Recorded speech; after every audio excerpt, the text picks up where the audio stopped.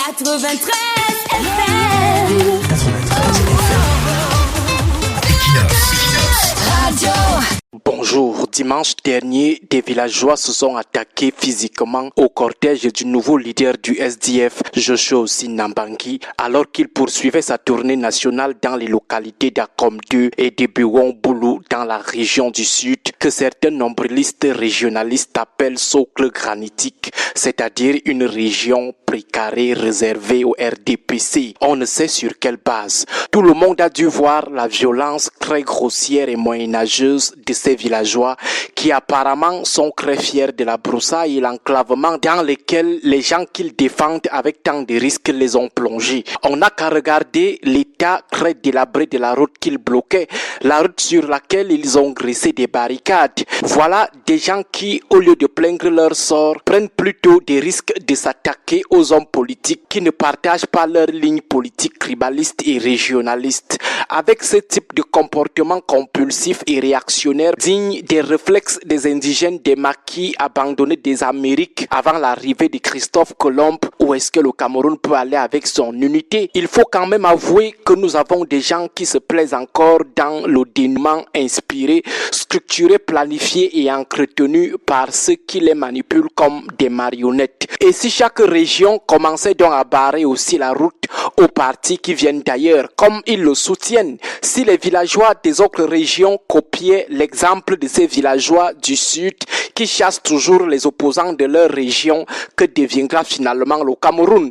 Il faut que ces villageois comprennent qu'aucune région, aucune tribu n'a le monopole du villagisme, où on construit une nation, où on construit un capharnaüm des petites ethnies et des petites régions indépendantes, où chacun demandera le visa à tout opposant venu d'ailleurs qui veut traverser son territoire. Qu'est-ce que l'opposition a même fait à ces villageois qui cèdent toujours facilement à toutes les manipulations dans lesquelles leurs élites qui roulent carrosse à Yaoundé les engagent toujours? L'État dont le sommet est déjà présenté à tort ou à raison comme un sommet à la solde de la région du Sud doit solennellement se désolidariser de ces gens et leur infliger les sanctions les plus sévères, parce que c'est un mauvais message que ces gens envoient toujours.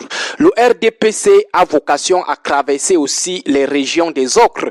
Si les ocres là commencent aussi à dire que le seul parti qui doit traverser leur région, leur village, ce n'est que le parti du fils de leur village, qu'est-ce qui va se passer finalement dans ce pays? Dimanche, c'était le SDF toujours dans le Sud.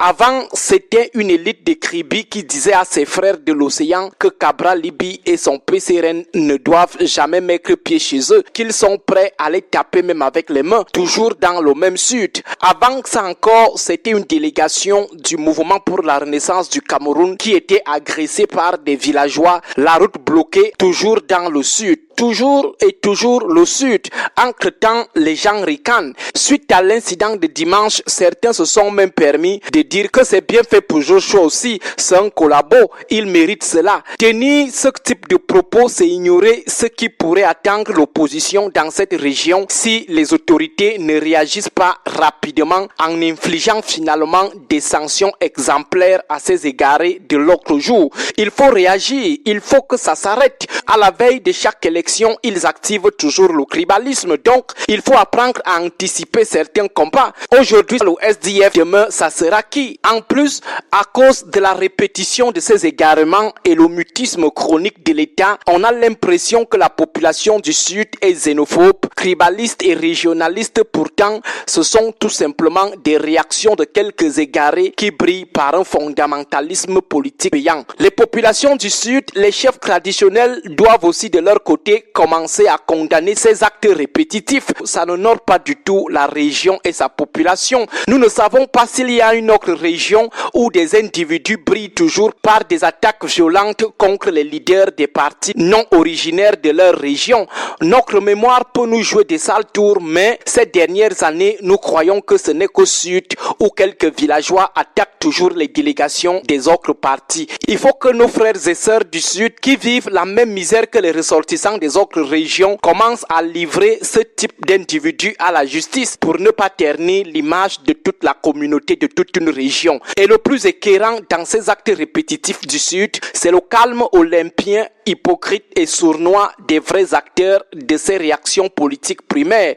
Ne nous trompons pas du tout, un villageois d'en bas ne peut pas prendre un tel courage, se lever un matin et prendre le risque d'aller attaquer pour rien un homme politique avec tous les risques de poursuites judiciaires. S'ils le font et chaque temps est dans l'impunité, c'est que derrière il y a des élites qui les actionnent, qui les motivent, les payent même parfois pour agresser les opposants, pour les intimider, les menacer. Et si les élites de chaque région commençaient aussi à faire comme ces élites, c'est-à-dire payer les jeunes de leur village pour agresser aussi, violenter les hommes politiques venus d'ailleurs, y compris ceux du RDPC.